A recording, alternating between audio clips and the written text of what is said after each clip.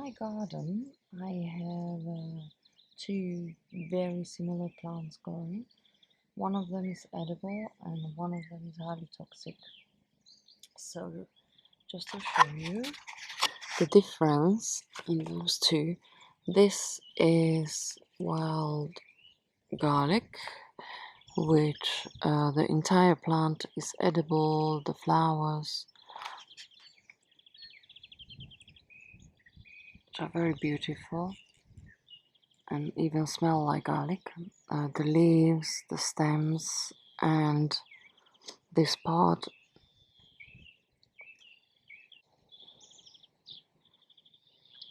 And on the other hand, this is the lily of the valley. I'll show you. I've got some planted over here and it's flowering right now. If you notice the leaves, they're almost identical. They look very, very similar. So, wild garlic, the one thing that I notice to me, which is very different to the lily of the valley, the lily of the valley, the leaves from the back are shiny. Every single lily of the valley has that. Luni, quiet, darling. Come here. Come to mommy, darling. So, I hope you can see it. It's very shiny indeed. Also, it has roots.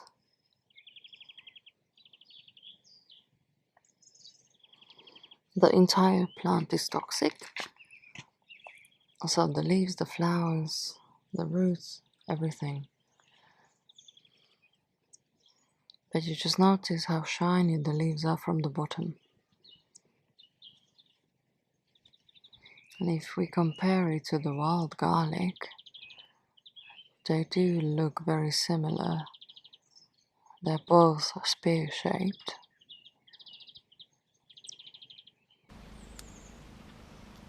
One thing I want to show you also, this is wild garlic, and one of the best ways to identify it, if you break the leaf,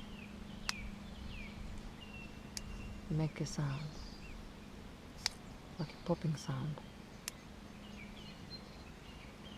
Let's take another leaf.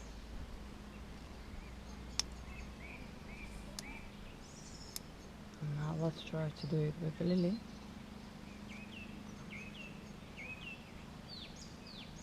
In fact, I don't even have a leaf, because if you notice how they grow, wild garlic, the stem grows on its own. Closer. So the stems of the leaf and the flower is growing on its own, and up to this point is under the ground.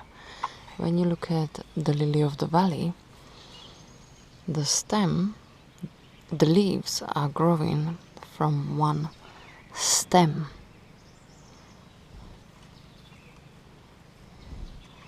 The same here. The leaves and the flowers are growing all from one stem. And wild garlic, the leaves and the flowers are growing separately.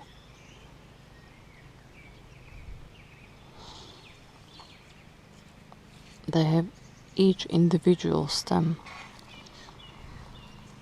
So just take a closer look. Look at how shiny the leaves are. And if we turn the wild garlic on the other side, we can see it's very matte.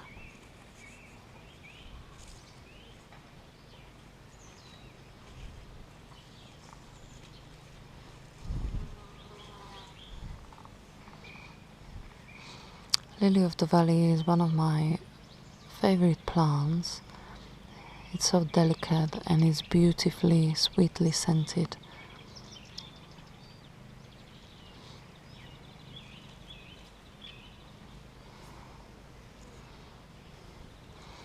Look at the difference in flowers. So wild garlic has many little flowers coming out of one stem with, let's see, 1, 2, 3, 4, 5, 6 petals.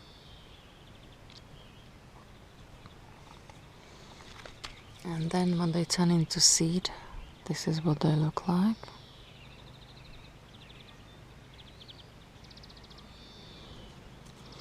And lily of the valley has those beautiful white bells.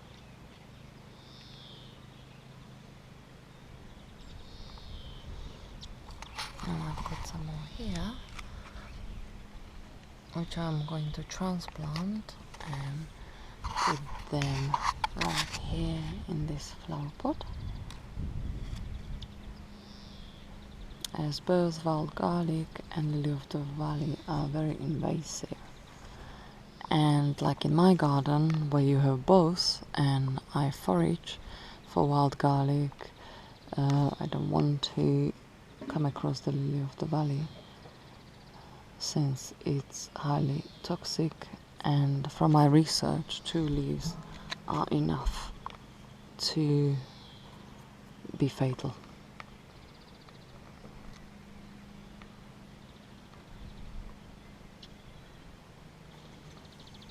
But with the right caution, it's a really delicate, beautiful flowering plants to have in your garden, which flowers a little bit later. In fact, the leaves grows a little bit later than wild garlic.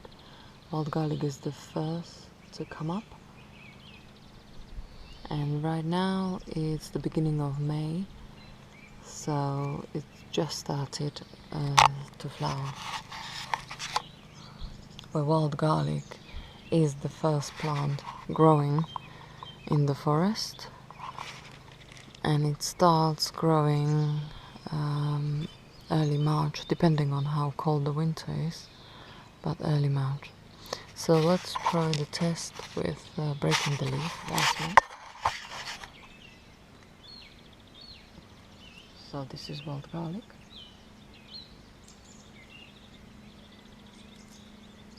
Okay, this one is a little dry, let's take another.